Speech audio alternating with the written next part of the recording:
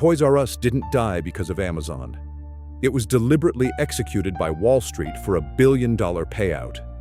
The media blamed changing retail trends. But the real killers operated entirely from the shadows of private equity. This is the anatomy of a leveraged buyout, a system where you buy a company using its own execution warrant. In 2005, the iconic toy giant was highly profitable, generating billions in revenue and holding a massive global footprint.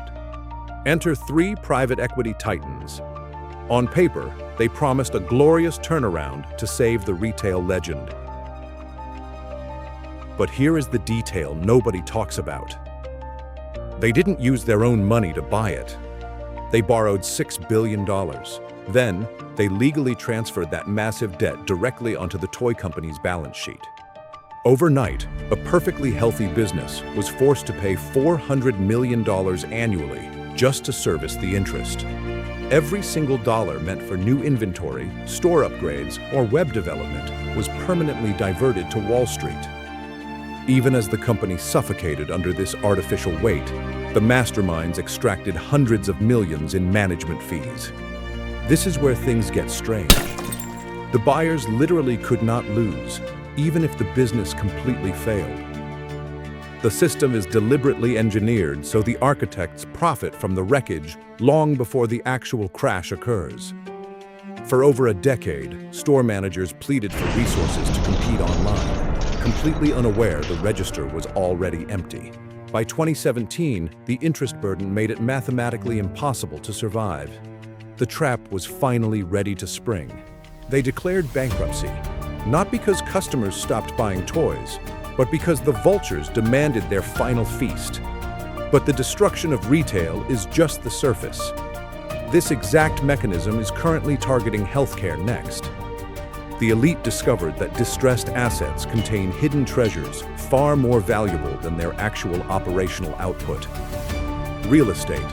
Underneath the struggling stores and hospitals lies prime land bought decades ago for fractions of its worth. By liquidating the business, the private equity firms could sell off the dirt to the highest commercial bidder. 30,000 workers lost their jobs without a single dollar of severance. The architects walked away entirely untouched. But this changed everything. A secret coalition of retail workers decided to weaponize the legal system right back.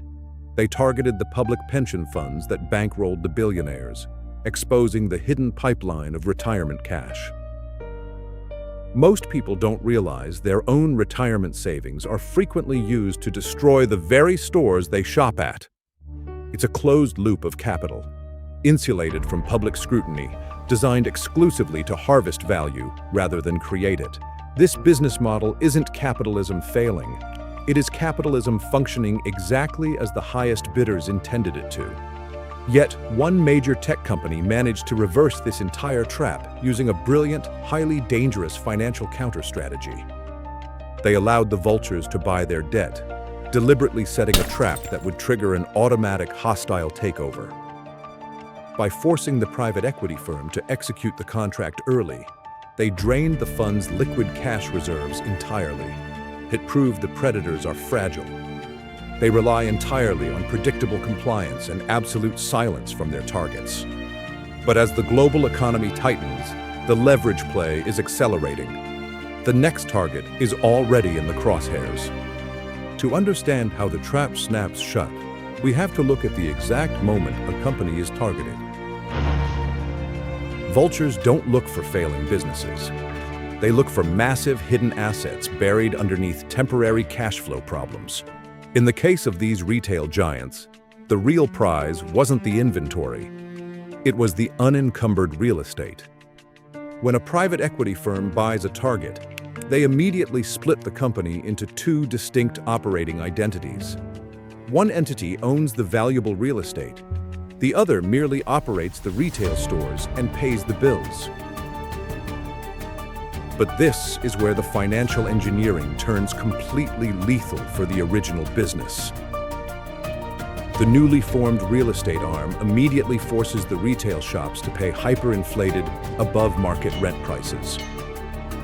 This internal rent siphon completely guarantees the retail side will eventually bleed dry and declare bankruptcy. Meanwhile, the parent private equity firm collects the rent money, entirely insulated from the store's operational losses. It is a legal mechanism designed to systematically strip all intrinsic value out of an asset before discarding it. By 2018, the company that once dominated the toy industry was gone. More than 800 stores closed their doors forever. 30,000 employees lost their jobs. Suppliers lost contracts. Entire communities lost a retail institution they had grown up with. The lesson isn't that Toys R Us failed to sell toys. The lesson is that debt eventually became more important than the business itself. When financial engineering rewards extraction more than creation, even the strongest brands can become casualties of the system. Toys R Us wasn't killed by Amazon. It was crushed under a financial structure that made failure profitable, and that's what makes its story impossible to forget.